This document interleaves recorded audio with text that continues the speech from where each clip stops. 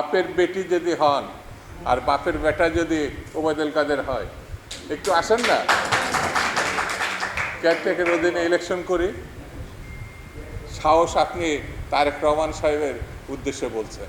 এই যে মাঝে মাঝে বলে সাহস থাকলে, সাহস যদি থাকে তাহলে কেয়ারটেকের অধীনে ইলেকশনটা দেন না। আপনার সাহস থাকলে, আপনি যে আন্দোলন করেছেন কেয়ারটেকারে, সাহস যদি থাকে আসেন না। বাপের বেটি যদি হন আর বাপের বেটা যদি ওবায়দুল কাদের হয়, একটু আসেন না, কেয়ারটেকের অধীনে ইলেকশন করি। সাহস আপনি তারেক রহমান সাহেবের উদ্দেশ্যে বলছেন। তার পিতা এদেশের স্বাধীনতার ঘোষক, রণাঙ্গনের মুক্তিযোদ্ধা, বাংলাদেশের গণতন্ত্র প্রতিষ্ঠাকারী। তার পিতা মাতা বাংলাদেশের সামরিক স্বৈরাচারের পতন ঘটিয়েছিলেন। এখানে যারা আছেন তাদেরকে নিয়ে এই যে গণঅভ্যুত্থান, ছাত্র গণঅভ্যুত্থান 90-এর, তিনি সেটা করেছিলেন। সেই জন্যই সাহসের প্রশ্ন উত্থাপন না করাই ভালো হবে। সারা বিশ্বে কোনো রাজনৈতিক দলের 1.5 লক্ষ মামলায় 50 লক্ষের অধিক আসামি, এটা ভাবা যায় না।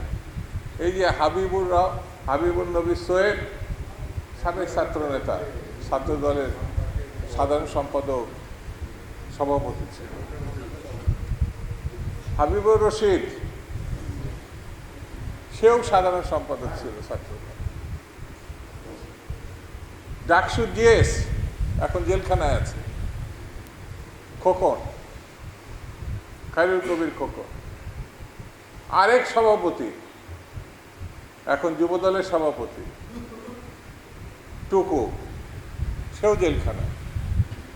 ভাবা যায় না কোনো রাজনৈতিক দলের 4,500-এর ঊর্ধ্বে বিনা অপরাধে তাদেরকে সাজা দিয়ে কোর্ট জেলখানায় পাঠাইছে। এই যে এখানেও বসে আছে আমাদের হাবিবুর রহমান হাবিব, ছাত্রলীগের প্রেসিডেন্ট ছিল। এমপি টেমপি এগুলো বাদ দেন, একটা ছাত্র সংগঠনে যখন সভাপতি হয়, প্রধান ছাত্র সংগঠন, সাধারণ সম্পাদক হয়, তারা ইতিহাসে জায়গা করে নেয়। ঠাস করে তাকে আপনি একটা ঠুনকো মামলায়, মিথ্যা মামলায় আপনি সাজা দিয়ে দিচ্ছেন।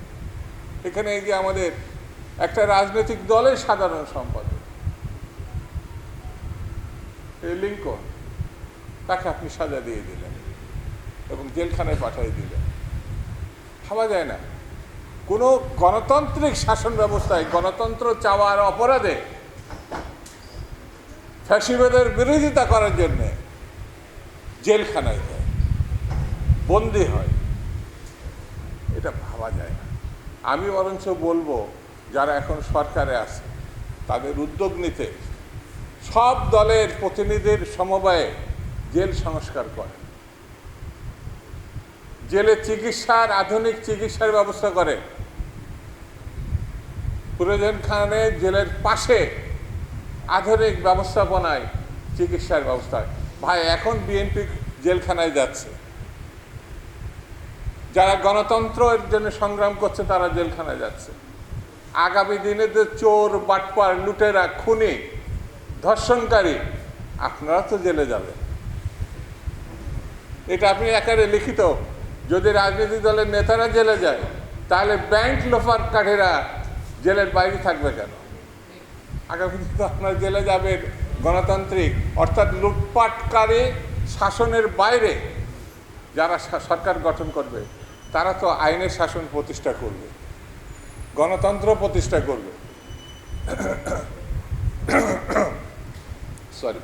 স্বাভাবিক নিয়মেই এই লুটেরা তাদেরকে জেলে যেতে হবে। সেই জন্য আমি বলি, আজকে এই যে একজন সাবেক গভর্নর, খুব মর্মান্তিক, সাবেক গভর্নর বলেছে, ফরাজ সাহেব এসএমএলের ছাত্র ছিলেন, প্রবীণ মানুষ, চরমতম একটি সত্য প্রসঙ্গ তিনি উত্থাপন করেছেন। 1,000 টাকা কৃষি ঋণের জন্য জেলে যেতে হয়। 20,000 কোটি টাকা, 20,000 কোটি টাকা 30,000 কোটি টাকা লোপাটকারী ঘুরে বেড়ায়, জেলে যায় না। এটাই আমাদের বর্তমানের স্বাভাবিক চিত্র।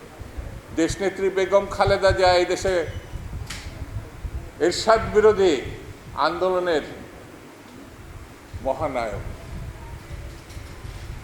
তিনি আশার আলো দক্ষিণ পূর্ব এশিয়ায় নয়, সারা পৃথিবীতে তিনি গণতন্ত্রের মাথা হিসাবে পরিচিতি পেয়েছেন। বন্ধুরা, আমি বেশি আর সময় নেব না, শুধু এতটুকু বলি, আন্দোলন চলছে। এই আন্দোলনের মধ্য দিয়ে বাংলাদেশ এসেছে, এই আন্দোলনের মধ্য দিয়ে গণতন্ত্র এসেছে, এই আন্দোলনের মধ্য দিয়ে আমরা ফ্যাসিবাদকে পরাজিত করব। এর কোনো ভিন্নতা নেই। আসুন সবাই ঐক্যবদ্ধভাবে নেত্রীর জন্যে, নেতৃবৃন্দের জন্যে যারা কষ্ট করছেন, জেলখানে আছেন, আমরা এক জায়গায় দাঁড়াই, রাজপথে নেমে আসি। এই আহ্বান জানিয়ে সবাইকে ধন্যবাদ জানিয়ে আমি আমার বক্তব্য শেষ করছি।